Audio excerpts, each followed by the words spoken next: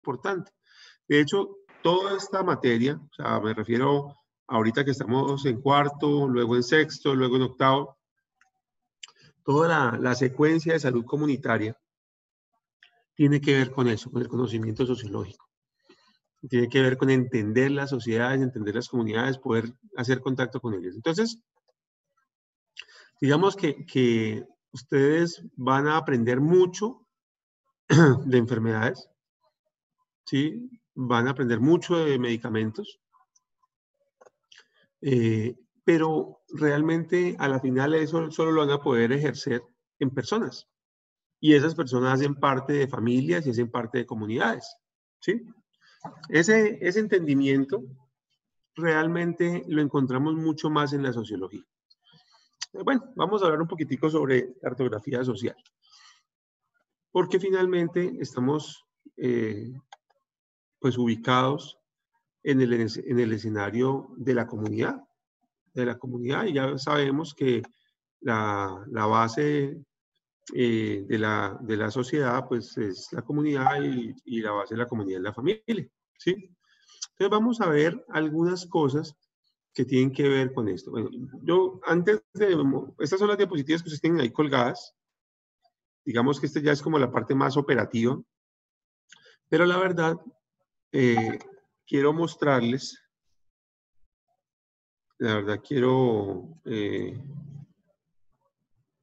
mostrarles un material más sociológico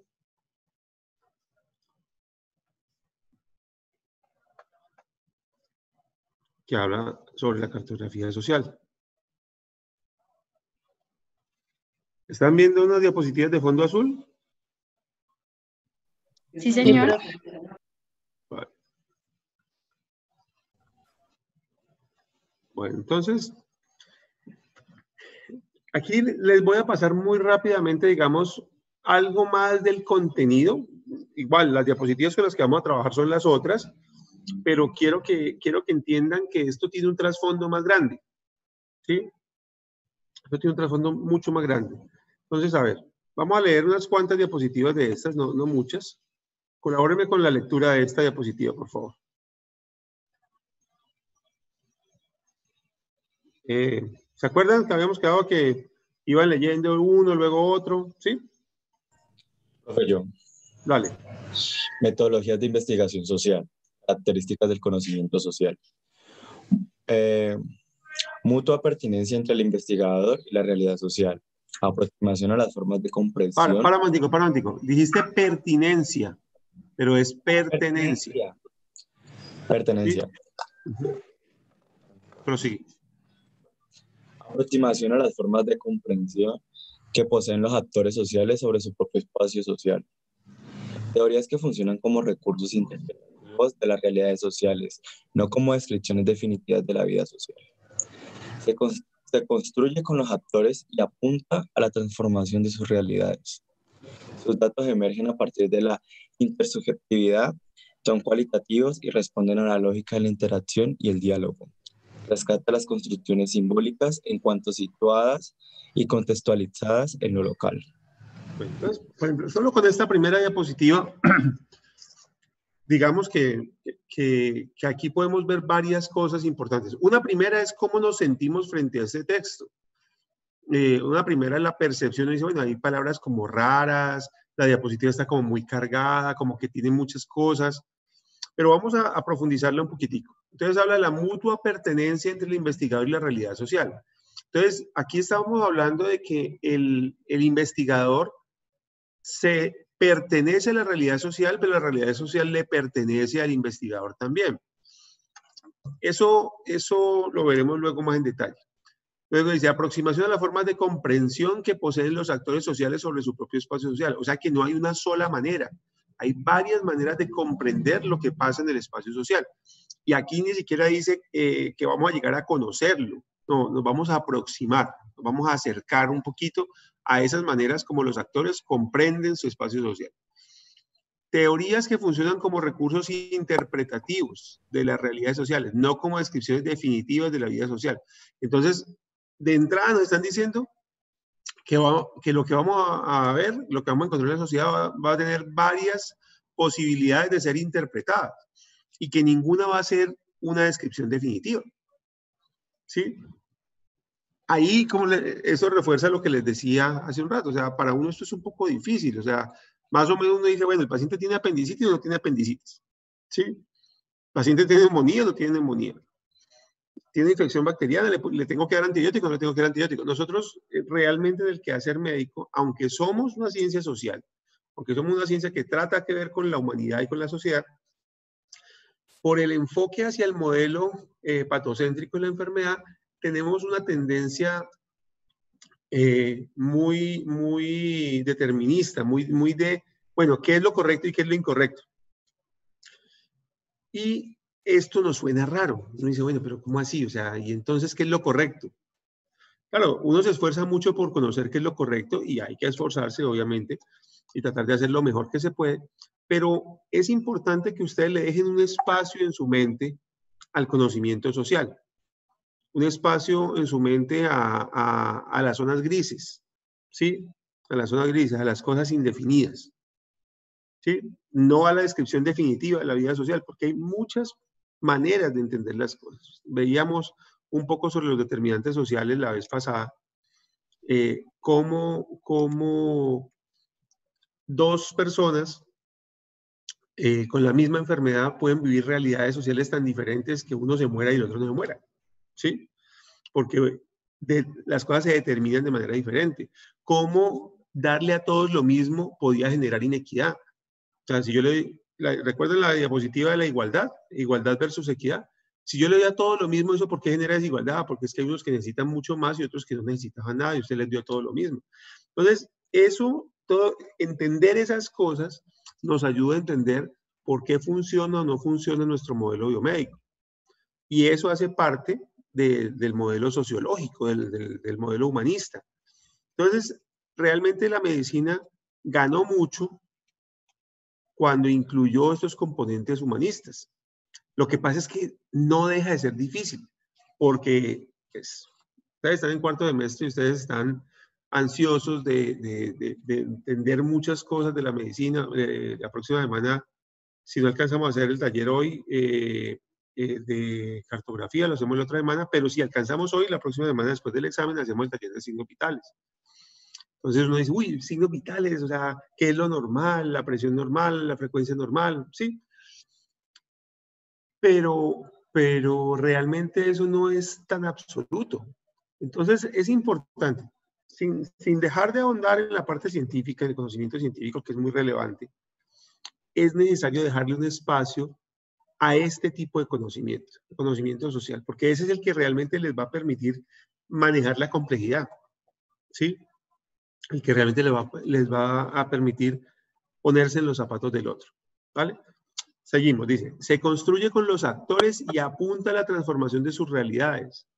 Esto es bien interesante porque hay realidades que cambian solo con el entendimiento.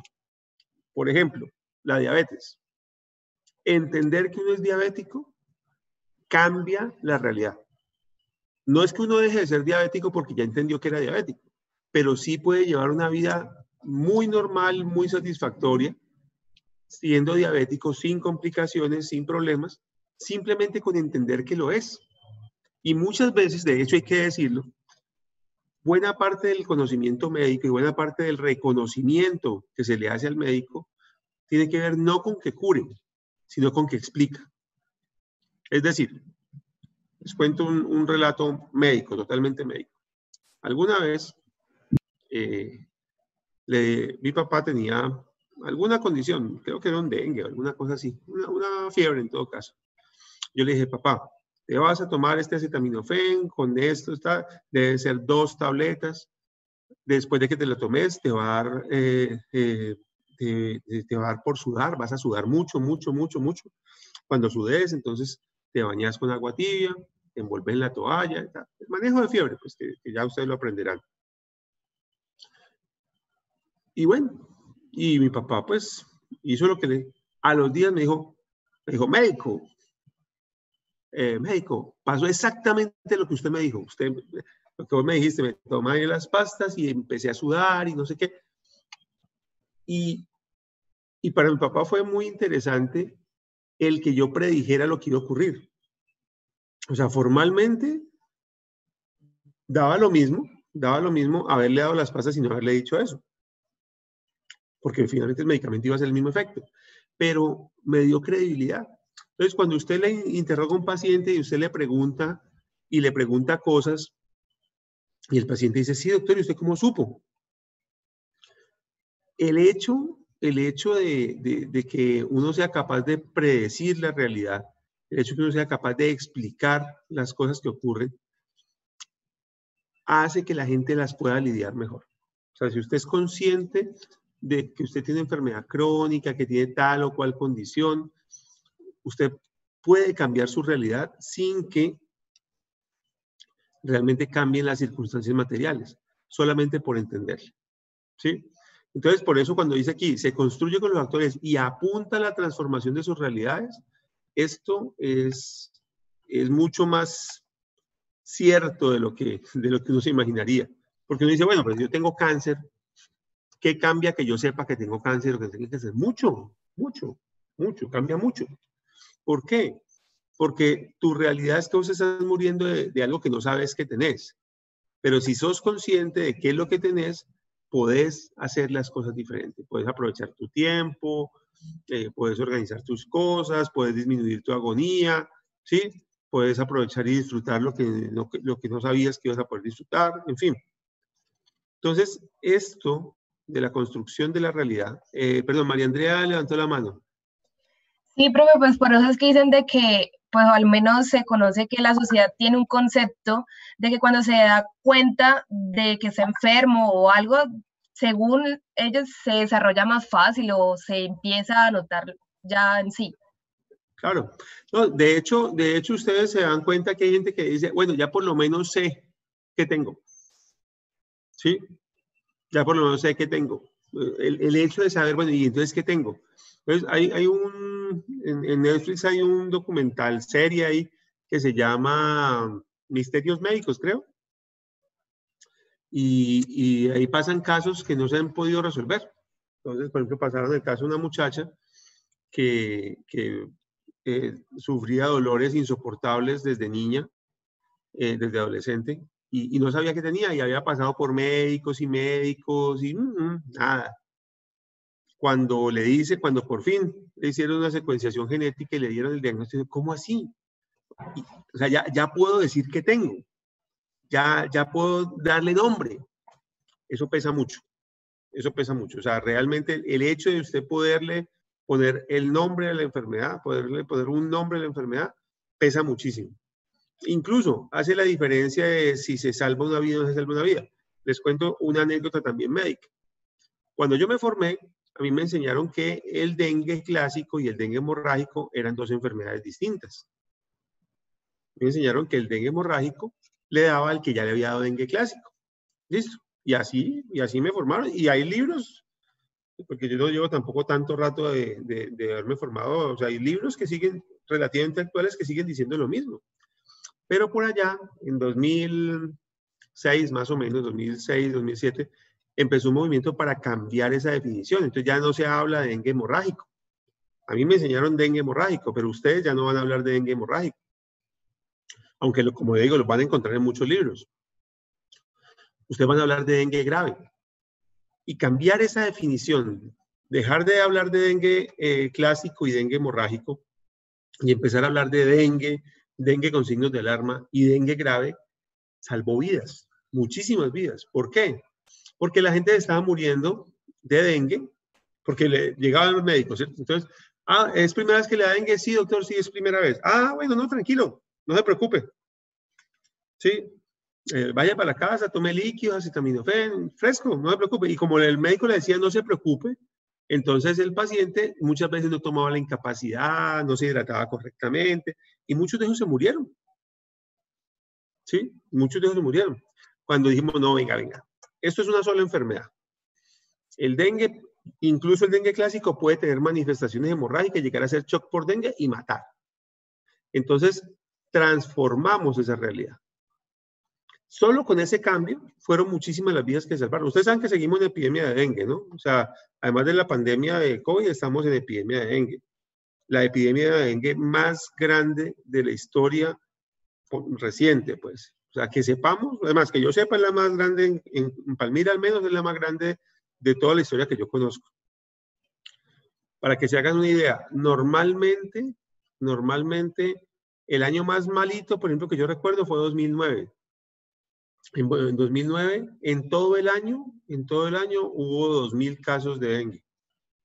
Y este 2020, en lo que va del año, que no ha terminado, ya llevamos casi 4.000 casos. ¿Sí? Y pues ha habido muertes y, ¿sí? Pero en años anteriores, por ejemplo, en ese año 2009, que hubo pues muchos casos de dengue, pero menos que acá, ese año hubo más muertos por dengue que los que hay en este año, que hay más casos, porque tenemos un enfoque distinto. Entonces, transformamos la realidad a través de ese conocimiento. Bueno, finalmente, los datos, estamos hablando del conocimiento social, ¿no? Los datos del conocimiento social emergen. Emergen salen, aparecen, como que se visibilizan de la intersubjetividad, o sea, de la opinión de varias personas distintas. Son cualitativos y responden a la lógica de la interacción. Cierren ese micrófono, por favor. Rescata las construcciones simbólicas en cuanto situadas y contextualizadas en el local. ¿Qué significa esto? Pues, para no alargar mucho el chico. Cuando hacemos investigación, digamos, en salud pública, investigación cuantitativa, en la investigación cuantitativa uno dice, ¿qué variables voy a medir? ¿Qué preguntas voy a hacer? ¿Cuáles son las categorías que voy a investigar? Y ustedes cuando presenten su tesis van a tener que hacer una investigación. Y en esa investigación van a establecer una serie de elementos y decir, voy a medir esto. Entonces voy a medir, por ejemplo, número de horas, promedio de horas diarias de sueño de los estudiantes de medicina, supongamos. Voy a medir uso de cigarrillos, o sea, consumo de cigarrillos en los estudiantes de medicina, qué sé yo. Van a medir alguna cosa. Esas mediciones son cuantitativas. Pero cuando hacemos investigación cualitativa, lo que hacemos es que entrevistamos gente.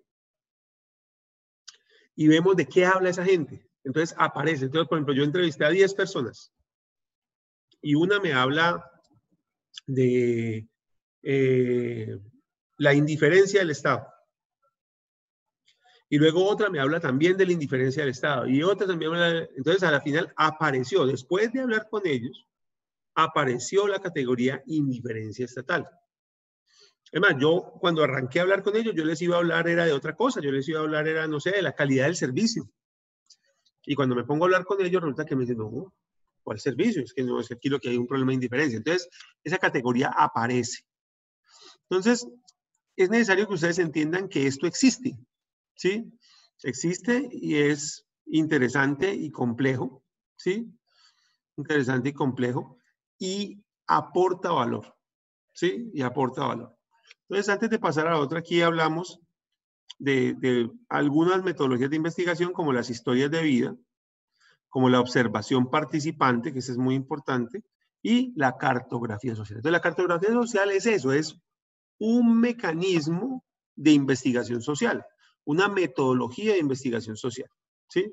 Entonces, a ver, colabórenme con la lectura de esta diapositiva, por favor. Metodologías de investigación social. Historias de vida. Buscan reconstruir los procesos sociales, culturales y económicos a partir de los transcursos vitales de los sujetos. Observación participante. Descifra sentidos, juegos de lenguaje, formas de ver locales que solo son posibles de ser interpretadas cuando la mirada del investigador se familiariza con el mundo de los otros. Cartografía social. Busca captar la diversidad de representaciones sociales y de construcción del espacio que confluyen en un mismo territorio. Entonces, ahí hemos hablado de tres cosas. Mira que la compañerita fue leyendo y iba a decir observación del participante, porque así lo entendemos nosotros. Vamos a observar al participante, a la persona. No. Esto se llama observación participante. O sea, yo observo mientras participo. Tengo que familiarizarme, porque no puedo entender muchas cosas si no me familiarizo con el lenguaje, ¿sí? O sea, todos creemos que hablamos igual. Entonces, por ejemplo, a uno le dicen, no, es que mire, es como cuando a uno le va a dar gripa. Eso es muy normal en los pacientes. Eso es como cuando uno le va a dar gripa. Pues, cuénteme, ¿usted qué le pasa cuando le da gripa? Pues que le duele el cuerpo. Pues, que yo sepa, a mí nunca me ha dolido el cuerpo cuando me da gripa, pero para mucha gente eso es totalmente normal. Entonces uno tiene que observar, pero participar, porque hasta que yo no me involucro y entiendo de lo que las personas están hablando, las circunstancias de vida de las personas, no soy capaz de entender. Pero si miramos la cartografía social, mire que ahí nos plantea algo distinto. Habla de buscar la diversidad de representaciones sociales. Entonces ya no estamos hablando de procesos individuales, de observaciones individuales como las historias de vida, ni digamos de participaciones o digamos significados o lenguajes locales para entenderse, sino que hablamos de recoger muchas observaciones, muchas representaciones sociales y ubicarlas en un territorio. Eso es lo que hacemos en cartografía social. Entonces, para eso hay un material que pues, se los dejé colgado allá en la plataforma, donde les va a hablar de investigación, acción y participación, que es, digamos, el marco metodológico en el que trabajamos. Y les va a hablar de varias cosas. Al final habla de otras cosas, de entrevistas, de derivas, de otras cosas, pero sobre todo va a hacer mucho énfasis en la cartografía social. Entonces, de pronto, antes de continuar con esto, quizá valga la pena que miremos una cartografía. Y ahí, de una vez, vamos adelantando parte de lo que vamos a ver después del taller. Entonces vamos a entrar, miren acá, aquí estoy entrando en el navegador y entro a una página que se llama My Maps. ¿Sí? Cuando entro a My Maps, estoy entrando a un Google Maps, pero no es el mismo Google Maps que a ustedes les aparece en su celular. Este es un Maps que sirve para crear mapas. Entonces, por ejemplo, estos son algunos de mis mapas. ¿Sí? Son algunos de mis mapas. En particular, vamos a ver este mapita, que es el mapita de Simón Bolívar, el barrio Simón Bolívar en Palmira. Este es un mapa que se hizo en un proceso de atención primaria en salud años atrás. Y lo que se hizo fue que se visitó a todos estos puntos, cada punto de estos es una casa.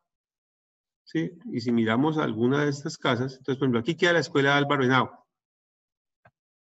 Aquí queda una dirección.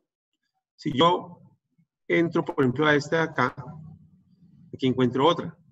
Cada una de estas casas, cada uno de estos colores representa algo.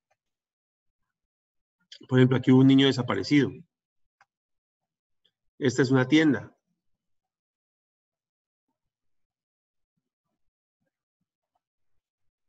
Aquí hay un hipertenso.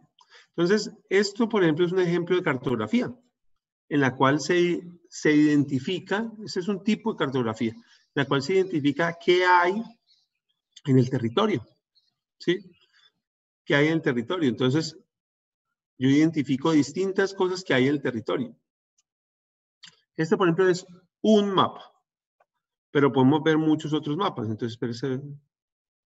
Aquí podemos ver, por ejemplo, los casos de dengue. Son los casos de dengue del 2015. Aquí vemos un mapa de Palmira y vemos cómo los casos de dengue en la semana 1 a 4, o en la semana 5 a 8, o en la semana 9 a 11, y podemos ver en dónde ocurrieron. ¿Sí? Y si lo agrandamos, podríamos identificar dónde están los conglomerados de casos, dónde hay más casos y dónde hay menos casos. ¿Sí? Y de acuerdo a ese número de casos, decir dónde intervenir, dónde vamos a ir a fumigar o dónde toca ir a mirar. Entonces miren que si seleccionamos solo los rojos, de estos casos de la semana 1 al 4 salieron los casos 5 al 8, de la semana 5 al 8. Y de ahí salen los casos de la semana 9 al 11. Si yo logro cercar epidemiológicamente un caso de estos, yo puedo disminuir disminuir el número de casos en una zona determinada mediante algunas estrategias. Mire, este es otro ejercicio de cartografía social en la cual yo mapeo, georreferencio ciertas circunstancias, ¿sí? Pero en realidad, esto que les he mostrado hasta ahorita, a ver, ¿cuál otro podemos ver? De pronto este del polo.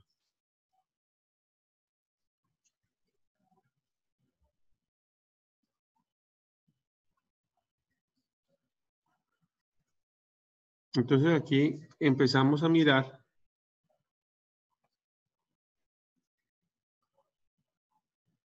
otras miradas del territorio. Obviamente se puede hacer a mano, ¿no? Lo que pasa es que pues, la tecnología facilita mucho las cosas. Aquí vemos, por ejemplo, dónde está el trapeche, el Líbano, el abuelo, cuál es la casa de no sé quién, ¿sí? Cada cosita de estas representa una información de territorio, una manera como la gente ve las cosas, ¿sí? Una manera como la gente ve las cosas.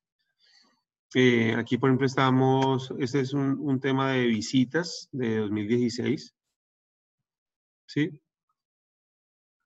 Un tema de visitas de 2016, a quién se visitó, ¿sí? Y plantea una ruta para visitar.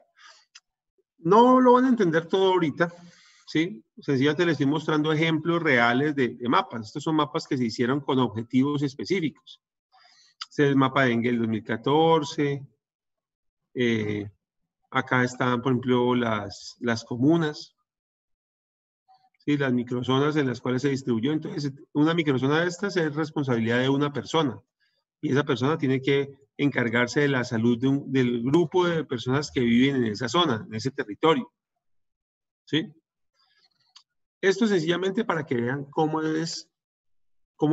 algunas opciones de cartografía.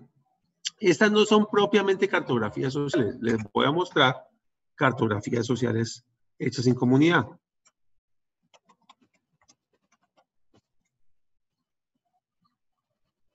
Las cartografías sociales se parecen más a esto.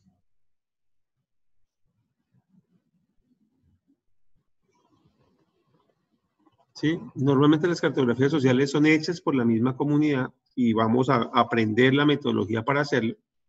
¿Sí? Y normalmente, miren, aquí están las convenciones. Este cuadrito que ven ustedes acá, abajo, son las convenciones. Dice, este puntico significa delimitación de áreas importantes. Esta rayita significa cumplir la ley. Entonces, las convenciones nos ubican en un territorio. Mira, aquí por ejemplo está el mapa y la gente pega papelitos para decir qué queda ahí. ¿Sí? ¿Qué queda ahí?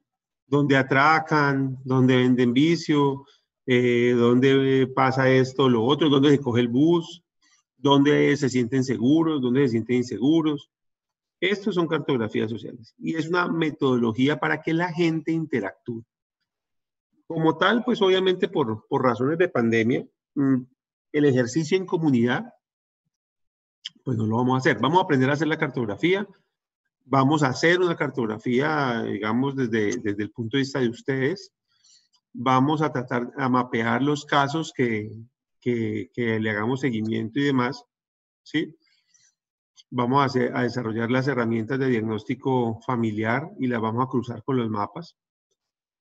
Pero pues el ejercicio de ir, reunir a la gente, ponerlas a votar corriente en torno a un mapa, pues ese ejercicio pues sí no lo podemos hacer porque estamos en pandemia, ¿sí? Estamos en pandemia, entonces no lo vamos a poder hacer de esa manera. Pero bueno, por lo pronto, me interesa que tengan como este mapa general y ya vamos a hablar propiamente de las diapositivas que tenemos para esto. ¿Sí? Entonces, por favor, colabórenme con la lectura de esta diapositiva. Yo, profe. Dale. La cartografía social es una propuesta conceptual y metodológica que permite aproximarse al territorio y construir un conocimiento integral de este, empleando instrumentos técnicos y vivenciales. Se trata de una herramienta de planificación y transformación social que permite una construcción del conocimiento desde la participación. Ahí Eric no me deja ver. ¿Qué pasó? Ahí que salió un chat, entonces ya. Desde la participación y el compromiso social, posibilitando la transformación del mismo. Vale, entonces vamos a repetir despacio esta diapositiva. Entonces, es una propuesta conceptual y metodológica. Entonces, bueno, significa que no es una cosa terminada, es una propuesta. Y es una propuesta que recoge conceptos y metodologías.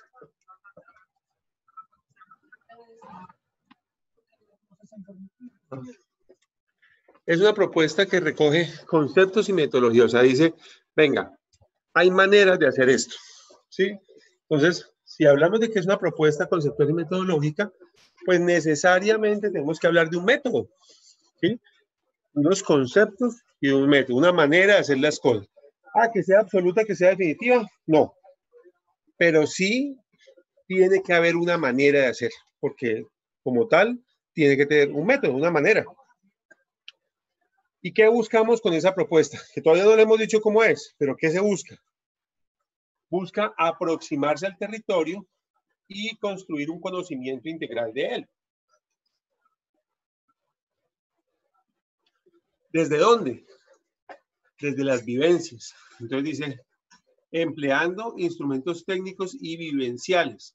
Es decir, tenemos que recoger las vivencias de la gente que está en el territorio para entender qué pasa en ese territorio. Para eso utilizamos unos instrumentos. Es una herramienta que nos permite planificar y transformar socialmente. Entonces permite que el conocimiento se produzca desde allá. Pilas que eso es pregunta de examen.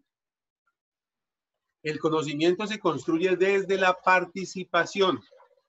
¿Sí? El conocimiento se construye desde la participación. No es un tema definido que el conocimiento lo llevamos nosotros y vamos a ir a explicarle a la gente cosas. No. Este conocimiento se construye desde la vivencia de las personas. O sea, lo construimos desde los pobladores. ¿Cómo se hace? Usted va y habla con la gente y ellos le van a decir cosas. Y hay gente que va a decir, no, este barrio es súper peligroso. Y otro va a decir, no, ¿cuál peligroso? Este barrio es un barrio normal. Peligroso allá donde vive usted. O sea, todos tenemos vivencias diferentes. Todos tenemos vivencias diferentes y opiniones diferentes frente a nuestro territorio. Entonces, esa construcción del conocimiento viene de la gente, viene de la población, de los actores. Por eso van a encontrar el material que habla de investigación, acción, participación, y por eso hablamos de observación participante, porque son los participantes los que construyen ese conocimiento, ¿vale? Entonces, cuando yo entro a armar ese conocimiento del territorio, cuando ya empiezo a identificar eso, dentro de esa identificación surge el compromiso social. Ah, ¿cómo así? Yo no sabía que por ahí robaban tanto. Entonces, cuando ya empieza ese proceso, es posible que se transforme. No, es que, pues mira, no, yo pongo la basura ahí porque allí hay como un basurero, ¿no? Entonces, sí, pero es que esa es mi casa. ¿Usted por qué me pone la basura acá? Ese espacio de construcción colectiva va a permitir hacer una transformación posteriormente. ¿Listo? Vamos con la siguiente. Alguien que me colabore con esta lectura, por favor. ¿Para qué sirve? Para construir conocimiento de manera colectiva. Es un acercamiento de la comunidad a su espacio geográfico, social, económico, histórico y cultural. La construcción de este conocimiento se logra a través de la elaboración colectiva de mapas, la cual desata procesos de comunicación entre los participantes y pone en evidencia diferentes tipos de saberes que se mezclan para poder llegar a una imagen colectiva del territorio. Entonces, un poco lo que hablábamos ahorita. Para poder construir ese conocimiento de manera colectiva, los ponemos a hablar. Sí, o sea, a ver, Pónganme cuál es la zona más peligrosa. Y unos van y marcan una zona, y otros marcan otra zona. ¿Ve? ¿Y vos por qué marcaste esa zona si ahí no pasa nada? No, sí, mira que ahí robaron a fulanito tal día. Ah, ¿cómo así? Y empieza. Entonces, no solamente se trata de que recojamos información, también se trata de que las personas que están aportando la información la vean. Por eso es muy importante el tema de la publicación. O sea, cuando hacemos el ejercicio de cartografía social es muy importante la retroalimentación del mapa a la comunidad. De poderle decir, mire, se trabajó esto y ¿ustedes qué opinan? ¿Sí? Si no, sencillamente es un mapa. O sea, realmente ustedes abren Google Maps y ahí encuentran un poco de cosas. Sí, ahí encuentran un poco de cosas y ya están escritas. Pero aquí estamos hablando de algo más. Aquí estamos hablando de entender qué pasa en esa comunidad. No solamente de las casas o de la ubicación GPS o no, qué pasa en esa comunidad. ¿Qué elementos transcurren allí y esa ocurrencia de cosas, ese transcurrir de la vida diaria, cómo la perciben los distintos actores? ¿Sí? Entonces, cuando ya cada quien opina y ve lo que opinó el otro y lo que el otro considera que está pasando o que no está pasando, eso nos permite hacer lo que llama hay una imagen colectiva. Y si recordamos las otras diapositivas que vimos, nos permite recoger esas opiniones colectivas. ¿Sí? Nos permite recoger esas opiniones colectivas de manera tal que podemos decir que se está formando una imagen entre todos. ¿Sí? Bueno, colabórame con los pasos, por favor.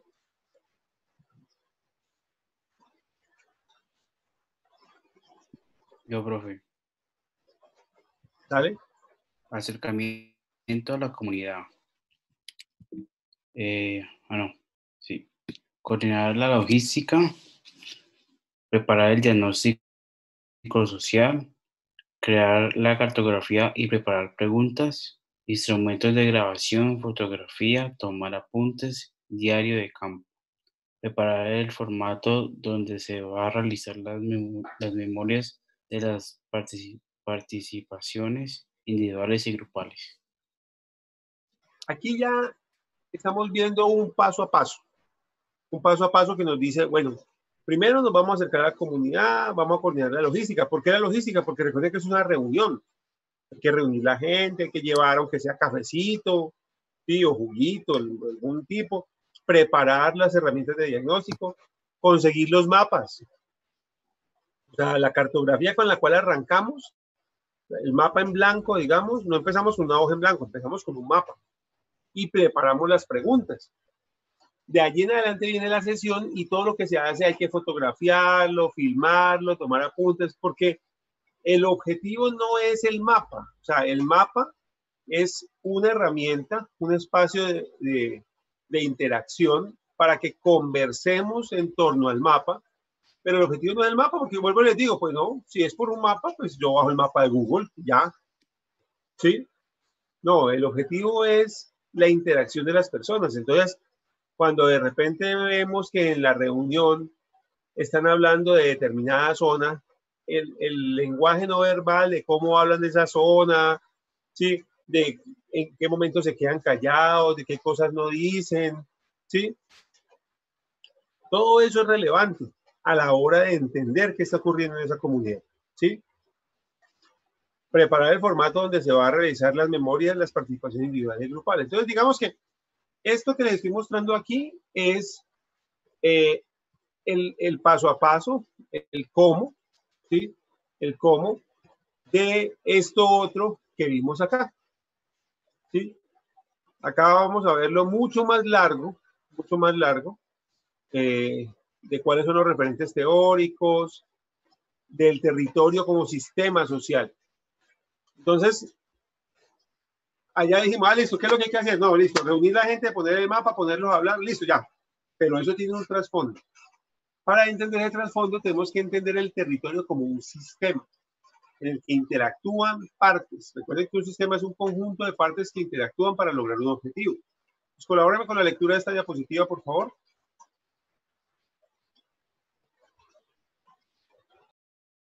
El territorio como sistema social. Conjugando estas tres miradas, puede decirse que un territorio social que un sistema social, que un territorio no es un sistema cerrado y determinado. Por el contrario, los territorios son sistemas que tienden a autorreproducirse y en este sentido se viven organizando permanentemente, por lo cual el sistema comunicativo mismo cambia, así como las relaciones de poder que tienen lugar en él y los deseos que proyectan su transformación en el tiempo. Entonces, ¿qué pasa? El territorio no es una cosa cerrada, fija. El territorio cambia, se reproduce. Usted tiene a alguien que vende arepas y resulta que le pidieron la casa, entonces se va a pasar a otro lado, pero va a seguir vendiendo arepas en otro lado porque eso vive. Igual, el señor que vende bazuco, pues listo, de pronto en un sitio no podrá vender, pero venderá en otro y continuará esa presencia allí. Entonces, los sistemas sociales, los territorios, no son estáticos, ¿sí? No son la tierra. No son, mire, por aquí pasa el río, aquí hay un arbolito, allá hay otro arbolito. Eso hace parte del territorio, pero en realidad hay toda una cantidad de cosas que pasan en ese territorio. Tal día, a tal hora, sale la señora a poner el puesto de arepas, tal día, a tal hora, venden los maduros, ¿sí? A tal hora pasa el bus, los buses pasan por acá, ya no pasan por acá porque se inundó. Entonces, todo eso genera un proceso permanente de reorganización y de relaciones que se van dando de todo tipo, entre ellas relaciones de poder, relaciones de conflicto, sí, relaciones de colaboración, riesgos, beneficios, y todo eso, ese conjunto, digamos, de relaciones, alteran la manera como entendemos el territorio, ¿vale? Regáleme esta diapositiva, por favor.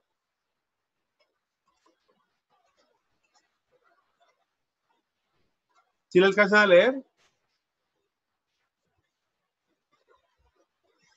Chicos, ¿lo alcanzan a leer? La cartografía social como simbolización del territorio. El territorio es un espacio imaginado, un espacio simbolizado por cada uno de los agentes, y la cartografía social permite que esas distintas simbolizaciones e imaginaciones del espacio se hagan visibles como parte integrante de un mismo territorio. Un mismo espacio social es visto de diferentes maneras, según el lugar que ocupa en un agente social en él, así como según la historia. Los mapas sociales son ideas para evidenciar la heterogeneidad y pluralidad de lógicas, representaciones, imaginarios que consisten en un territorio, así como las relaciones de comunicación, poder y deseo que regulan sus interacciones. Entonces, ¿qué pasa? Es muy común que uno diga que donde uno vive a uno le parezca normal. Sí, o sea, no, mi casa, mi barrio es un barrio normal. Pero de pronto alguien viene a visitarme y el que viene a visitarme dice, uy, vos vivís en una olla. A mí me da mucho miedo ir a tu casa, ¿no? Vení, más vale, veamos en tal otra parte. Porque cada quien tiene una conceptualización diferente, ¿sí? Cada quien tiene una conceptualización diferente. Entonces, cada quien lo ve diferente. El territorio se ve de maneras distintas. Un sitio que a usted le parece lejísimos, a otras personas le parece súper cerca. Entonces, el mapa social lo que permite es evidenciar esa heterogeneidad. Es decir, vos vas a un territorio, lo ves, te formas una idea, una opinión y ya. Pero resulta que esa opinión tuya no es la única. Ahí coexiste una gran cantidad de relaciones, ¿sí? Entonces, ese escenario que para vos es un escenario, no sé, por ejemplo, usted se va a un barrio, a un pueblo de veraneo. Usted dice, no, pues, chévere, no, eso allá es puro relax, puro disfrute, pura alegría, porque usted está en ese rol, usted está en un rol de turista, ¿sí? Pero allá se viven otras cosas en el diario vivir. Esas otras cosas que viven en el diario vivir pueden ser muy diferentes a la percepción que usted tiene. Entonces, cuando hablo aquí de la simbolización del territorio, tenemos que entender que la realidad es bastante más compleja que lo que uno se imagina. Pero lo que puede verse desde un punto de vista de una manera, desde otro punto de vista puede ser totalmente diferente. O sea, casi que lo contrario. O sea, la zona que para ti puede ser segura, para mí puede ser la zona más peligrosa. Y ahí aparecen cosas como, por ejemplo, las famosas barreras invisibles. ¿Sí? Entonces, yo vivo en mi casa, y una barrera invisible implica, por ejemplo, que una persona, una embarazada no vaya a control prenatal. Porque para ir al control prenatal, tiene que pasar una barrera invisible. Y para pasar la barrera tiene que pagar dinero o arriesgarse a que la lastimen. ¿Sí? Entonces, no, yo mejor no voy al control prenatal. Entonces usted dice, bueno, y esta señora tan desjuiciada, ¿por qué es que no viene? Si allí a 2 cuadras de donde ella vive hay un puesto de salud y ahí le podemos hacer el control. Sí, pero es que esas 2 cuadras están en una zona en la que ella tiene vedado ir porque para ella la realidad es distinta que para nosotros. ¿Sí? Bueno, colabóreme con esta, por favor.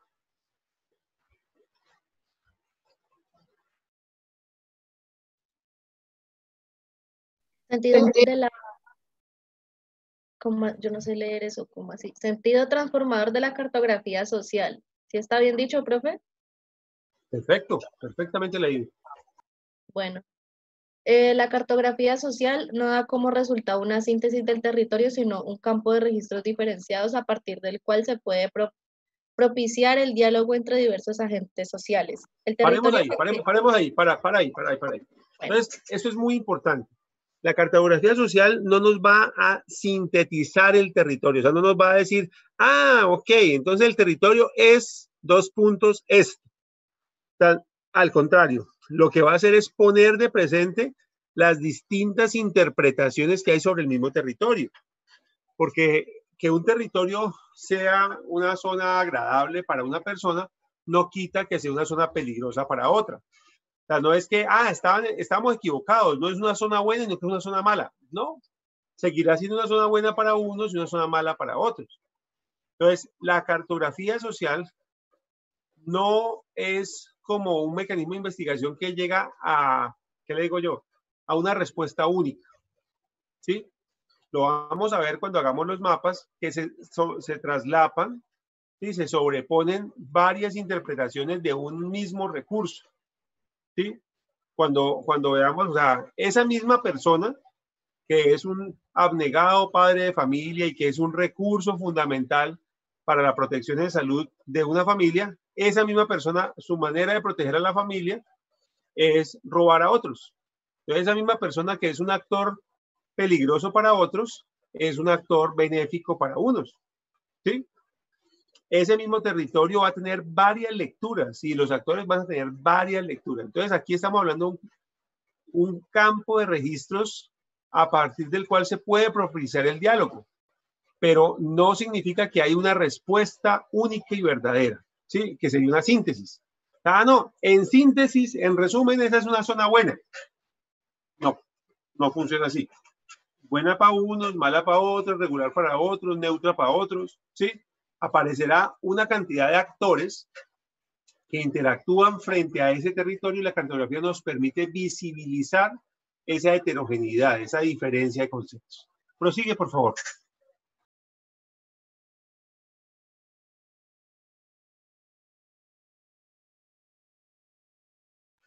Porfa, continúa la lectura, princesa.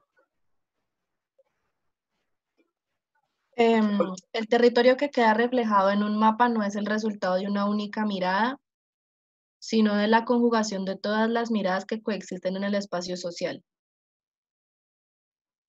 Los mapas sociales expresan una red de relaciones e interacciones que hace visible lo invisible del territorio y muestran las tensiones que existen entre los diversos agentes y grupos sociales. Entonces, un poquito lo que habíamos hablado al principio, y es que, digamos que la sociedad está hecha de problemas, la sociedad está hecha de coexistencias que no son pacíficas, que por definición no son pacíficas, sino que hay una coexistencia y esa coexistencia trae consigo tendencias, dificultades, oportunidades, ¿sí? Si ustedes piensan un poquitico en la historia de Europa, por ejemplo, ustedes se darán cuenta que a través de la historia, países que están cercanos uno del otro han sido enemigos, luego otra vez vuelven a ser enemigos. ¿Sí? Entonces, en la Segunda Guerra Mundial, Rusia y Estados Unidos eran aliados. Luego de eso empieza la Guerra Fría y ya eran enemigos. Aparece la Unión Soviética, luego desaparece la Unión Soviética. ¿Sí me entiende? Las cosas varían mucho. Y estamos hablando de las mismas. Y si ustedes miran en sus realidades personales, en sus familias, en sus barrios, también. Entonces, por ejemplo, el barrio de mi abuelita, cuando yo estaba niño, eso era un barrio muy familiar, pero resulta que ahorita ese barrio se ha dañado mucho. Usted va a visitar a su abuelita y dice, no, mi hijo, este barrio se ha vuelto muy malo, yo necesito salir de aquí porque es que eso por aquí ha llegado una gente muy rara y eso cambió, ¿sí? Esas interacciones, esa realidad del territorio es dinámica y cambia. Entonces, hoy, este barrio en el que vivimos, o este sitio en el que vivimos, está lleno de familias con personas jóvenes. ¿Sí? Y esas personas jóvenes van a tener hijos, y esos hijos van a ser amiguitos entre ellos. Ah, no, pero ya no, ya crecieron, ya los muchachitos crecieron y ya se abrieron para otro lado y cambiaron. Transformó completamente lo que originalmente era. ¿Sí? Transformó completamente lo que originalmente era. Entonces, vamos a saltarnos un poquitico. Quiero mostrarles las líneas. Porfa, colabórenme con esta lectura. Ya como que dejó de llover. Colabórenme con esta lectura.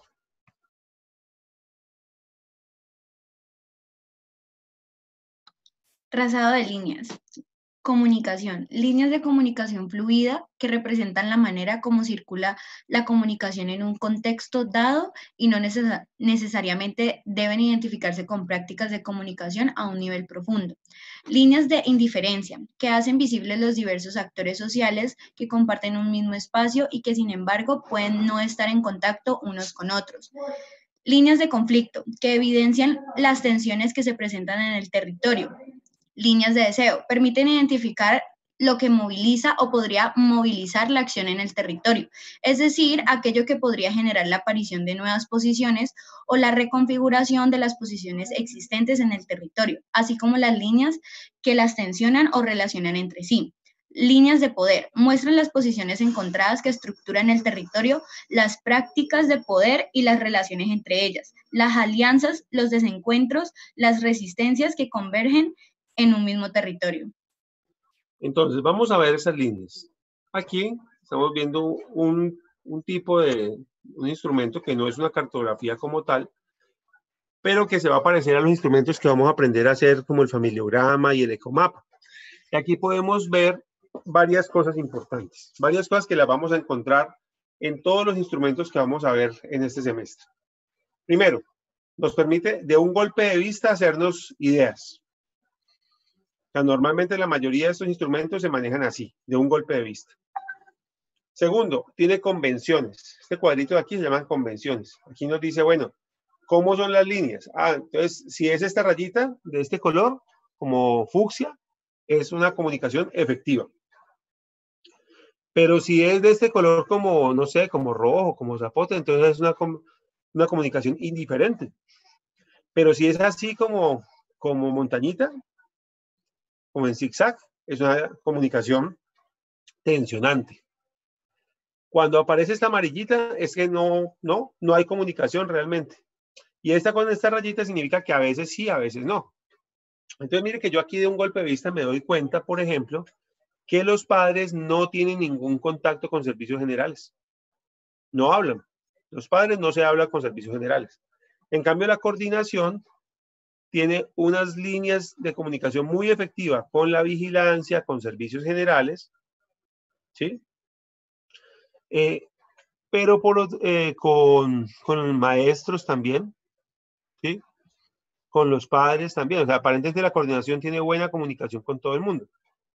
Pero los padres tienen comunicaciones tensionantes entre ellos, y ninguna con servicios generales. Los estudiantes tienen una relación tensionante con la comunidad alrededor, una relación inconstante entre ellos, que significa esta línea de acá, ¿sí? Relación tensionante también entre ellos, en algunos casos efectiva, porque pues digamos que hay un colectivo ahí de estudiantes. Una relación muy tensionante con servicios generales. Entonces mire que rápidamente aquí yo veo en un dibujito con unas convenciones, me ubico en qué está ocurriendo en ese territorio. Y este ni siquiera es una cartografía, ¿no? Este es un instrumento, este es un mapa de comunicación. Pero es para que nos entendamos que realmente en un territorio, eso ustedes, pues ustedes estuvieron en el colegio hace poco tiempo. Entonces ustedes saben que efectivamente dentro de los colegios hay distintos actores. Entonces, están los vigilantes, están los de servicio general, está la secretaria, está el rector, el coordinador, y hay todo un panorama súper complejo de relaciones que lleva a que la gente tenga opiniones diferentes y funcionamientos diferentes. Entonces, el coordinador, que a uno le parece una porquería, a otros les parece una maravilla. Y eso, digamos, que hace parte de la sociedad, de la estructura social, ¿sí? Entonces, ¿qué es lo que vamos a aprender en cartografía social y qué es lo que vamos a aprender en diagnóstico familiar y comunitario, que es, digamos, la temática a mirar? Vamos a aprender a mapear esto, ¿sí?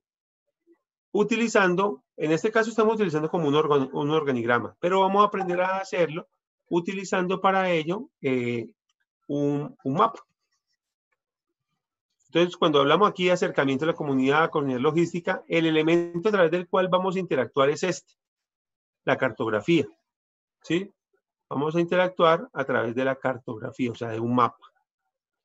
Entonces, en el mapa, mire, aquí queda la tienda de fulanito, aquí queda, ok, ¿y ahí qué?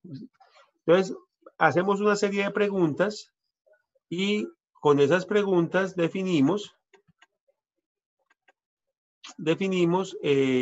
pues cómo la gente vive ese territorio, ¿sí? Eso que lo hemos venido hablando durante este rato, uno dice, bueno, pues sí, ¿por qué repite tanto la misma vaina? ¿Sí? ¿Por qué repite tanto la misma vaina? Porque estamos hablando de tratar de obtener una información que para todo el mundo es obvia. Me explico. Lo que para usted es obvio, usted no lo comunica. ¿Sí? O sea, si usted no se la pasa, por ejemplo, diciendo yo quiero a mi mamá, porque como eso es obvio, pues para usted puede ser obvio, para su mamá puede ser obvio, para todo el mundo puede ser obvio, pero en realidad no se dice. No se dice porque, pues sí, de vez en cuando uno dice, vea, pero acuérdese de decirle a su mamá que la quiere. Entonces, ¿qué pasa? En el diario vivir, usted conoce su sociedad, su comunidad, y usted no entrega información, no porque sea confidencial, no porque lo quiera ocultar, sino porque usted asume que ya todo el mundo sabe lo que pasa. Y de hecho, si ustedes recuerdan en el diario vivir, eso es muy común, ¿no? Cuando uno le dicen, pero es que usted sabe, ¿sí? Es que usted sabe. Ah, pero sí, es que todo el mundo sabe quién hizo eso. Y uno dice, no, yo no sé, pues no sé quién fue. ¿Cómo no vas a saber? Hombre, pues obviamente tal cosa. Porque para mucha gente es evidente y digamos que lo que tú vives en el territorio se hace, tú crees que tú eres el último en darte cuenta de las cosas. Entonces, si tú lo sabes, todo el mundo lo debe saber, más o menos. Entonces, cuando tratamos de explorar la realidad no es tan fácil de conocer como uno se imaginaría. Uno pensaría que por vivir uno en una casa, ya uno sabe todo lo que pasa por ahí cerca, y eso no es así. ¿Cuántas veces no ha ocurrido que ustedes se dan cuenta de que a la vuelta de su casa queda no sé qué cosa, que usted no lo había visto? ¿Sí? A la vuelta de la casa, ve, ¿cómo así? Ay, por aquí hay eso, yo pensé que eso se lo veía en el centro. No, claro, aquí queda tal parte, vea, sí, el vecino hace esto. Entonces, eso implica que el conocimiento de la realidad, la exploración de la realidad, requiere un método, requiere una facilitación, requiere algo que induzca la reflexión. Y eso es lo que vamos a aprender ahorita. Por favor, colabórenme con la lectura de esta diapositiva. Exploraciones de la realidad con la comunidad por medio de metodologías que permitan la exploración, la participación, preguntas y las historias cotidianas sobre los factores psicosociales.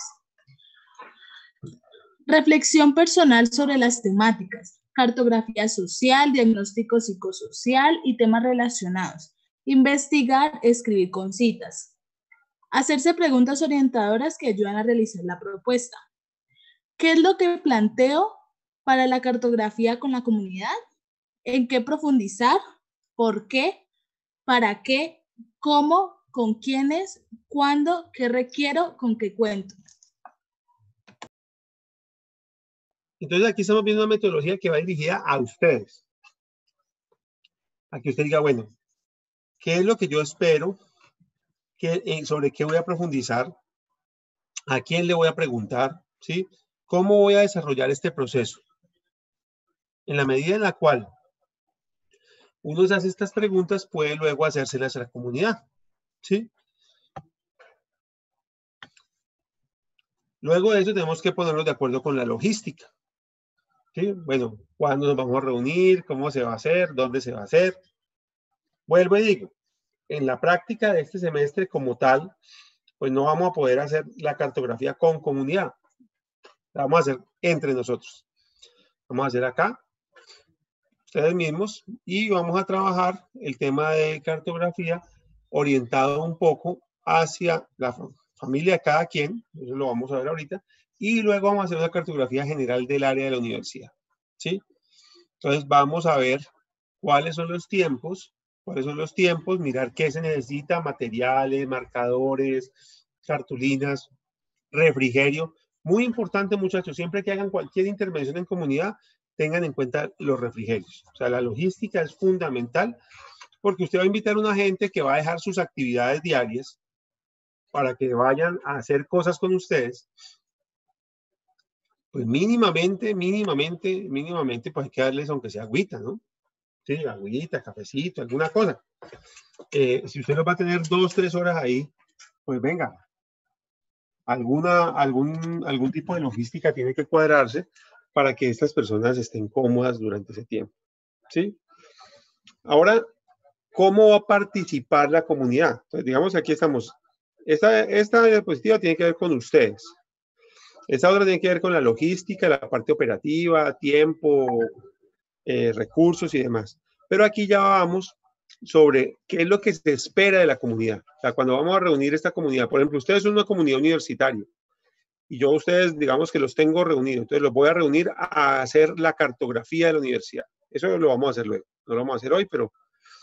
Y para desarrollar esa cartografía de la universidad, ¿qué espero yo de ustedes? ¿Sí? Entonces, igual, ustedes van a reunir a la comunidad, ¿qué esperan ustedes de ellos? Ejemplo, usted se fue rural y llega a una comunidad y empieza a recibir dificultades. No, es que mire que pasa esto, que aquí están robando mucho, que esto. Usted dice, listo, venga, vamos a analizar un poquitico qué es lo que hay, cuáles son las zonas peligrosas y venga, reunamos a la gente. Ok, entonces, ¿cuáles van a ser las reglas de juego o cuáles van a ser los elementos centrales de eso? Colabórenme con esta lectura, por favor. ¿Vamos? Participación de la comunidad en la cartografía y diálogo de saberes. Acuerdos para una ética de la participación. Que todos participen. Que no se desvalorice ninguna intervención. Todas son muy importantes. Así se participe con planteamientos equivocados, permiten aclaraciones. Que sean cortos y suficiente el tiempo para que todos participen. Dejar espacio a los tímidos. No acaparar uno solo la palabra, el que más participa, esperar para conocer el criterio de todos. Entonces, esto es más o menos como las reglas de juego, ¿sí? Entonces, al principio tiene que haber unos acuerdos. ¿Qué es lo normal? Lo normal es que en cualquier reunión hay gente que habla mucho. Hay gente que monopoliza la palabra y hay gente tímida que no habla. Pero ustedes están allá para recoger los saberes de todos. ¿Sí? O sea, estamos para recoger los saberes de todos, no estamos ahí para recoger un solo dato. Me interesa recoger el saber de todos los actores. Entonces tengo que buscar la manera de garantizar que recojo esa información de todos. ¿Eso qué implica? Acuerdos. tiempos, esperas, moderación. ¿Por qué? Porque tenemos que darle, no solamente darle la oportunidad, sino un poco exigirle, un poco facilitar, un poco lograr que todos participen, ¿sí? Eso implica recordarles, vea, no se va a desvalorizar ninguna intervención, todos pueden participar, ¿sí?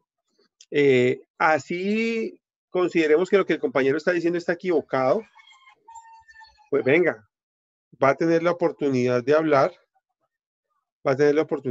vamos a darle el chance de que hable, de que participe, de que interactúe, ¿sí? Independientemente que de pronto yo no estoy de acuerdo con su participación. Pero eso es más fácil decirlo que hacerlo. O sea, ustedes le dicen eso a la gente, pero tiene que lograrse esa opción, ¿sí? Por ejemplo, si alguien dice, no, es que en esas 2 cuadritas, volteando por allí a la vuelta de la iglesia, uy, eso es una olla, eso ahí viven puros rateros. Y ahí está la gente que vive en esa zona.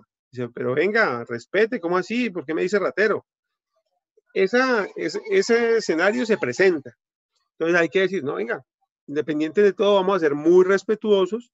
Sencillamente vamos a decir lo que consideramos, a escribirlo.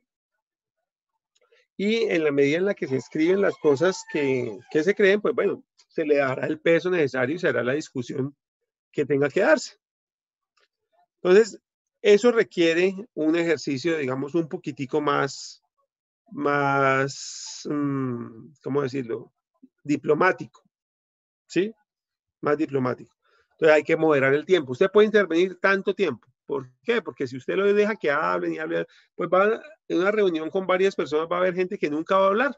Porque los que sí hablan, hablan y vuelven y hablan. Y perdone que vuelva a intervenir. Ay, disculpa. Y por cierto, me quedó faltando decir que esto. Entonces, de repente alguien puede hablar 2 horas. Y usted tenía 2 horas para la reunión y ninguno del otro habló.